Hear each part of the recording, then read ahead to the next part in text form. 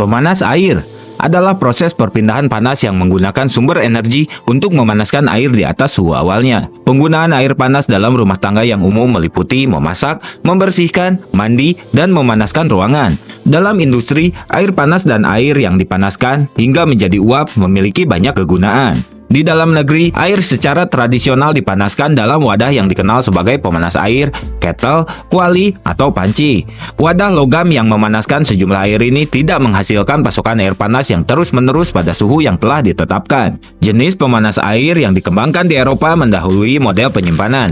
Di London, Inggris pada tahun 1869, Benjamin Woddy Mohan, seorang pelukis, menemukan pemanas air rumah tangga instan pertama yang tidak menggunakan bahan bakar padat, dinamakan geyser. Penemuan Mohan membuat air dingin di bagian atas mengalir melalui pipa-pipa yang dipanaskan oleh gas panas dari pembakar di bagian bawah. Air panas kemudian mengalir ke wastafel atau bak mandi.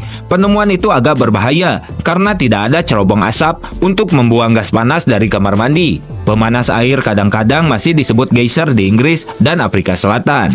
Penemuan Mohan mempengaruhi karya seorang insinyur mekanik Norwegia bernama Edwin Rudd. Pemanas air gas tipe tangki penyimpanan otomatis pertama ditemukan sekitar tahun 1889 oleh Rudd. Perusahaan manufaktur Rudd yang masih berdiri hingga saat ini telah membuat banyak kemajuan dalam desain dan pengoperasian pemanas air tipe tangki dan tanpa tangki. Efisiensi energi pemanas air untuk penggunaan rumah tangga dapat sangat bervariasi, terutama tergantung pada produsen dan modelnya.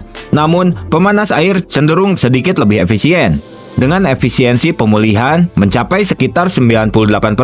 Pemanas berbahan bakar gas memiliki efisiensi pemulihan maksimum hanya sekitar 82-94%. Panas yang tersisa hilang bersama gas buang. Faktor energi keseluruhan dapat serendah 80% untuk sistem listrik dan 50% untuk sistem gas. Serta pemanas air tangki listrik dengan faktor energi 93% atau lebih dianggap sebagai unit efisiensi tinggi. Pemanas air tangki gas alam dan propana yang memenuhi syarat Energy Star per September 2010 memiliki faktor energi 67% atau lebih tinggi, yang biasanya dicapai dengan menggunakan pilot intermittent bersama dengan peredam cerobong otomatis, blower penyekat, atau ventilasi daya. Pemanas air tangki resistansi listrik langsung tidak termasuk dalam program Energy Star. Namun, program Energy Star memang mencakup unit pompa panas listrik dengan faktor energi 200% atau lebih tinggi. Pemanas air gas tanpa tangki mulai tahun 2015 harus memiliki faktor energi 90% atau lebih tinggi untuk kualifikasi Energy Star,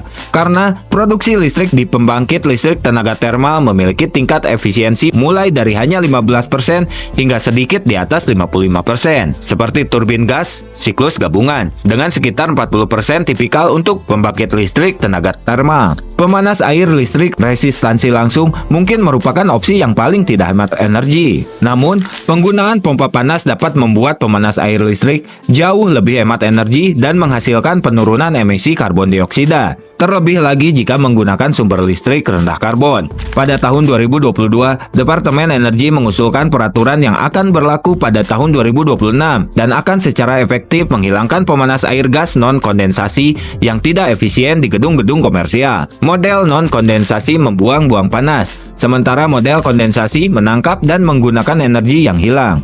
Perubahan ini akan mengurangi emisi sebanyak 38 juta ton karbon dioksida selama 30 tahun dan mengurangi biaya energi gedung. Nah, itu dia sekilas tentang pemanas air atau water heater. Jangan lupa like, komen, dan subscribe channel ini untuk mendapatkan informasi terbaru lainnya. Jangan lupa bahagia dan sampai jumpa.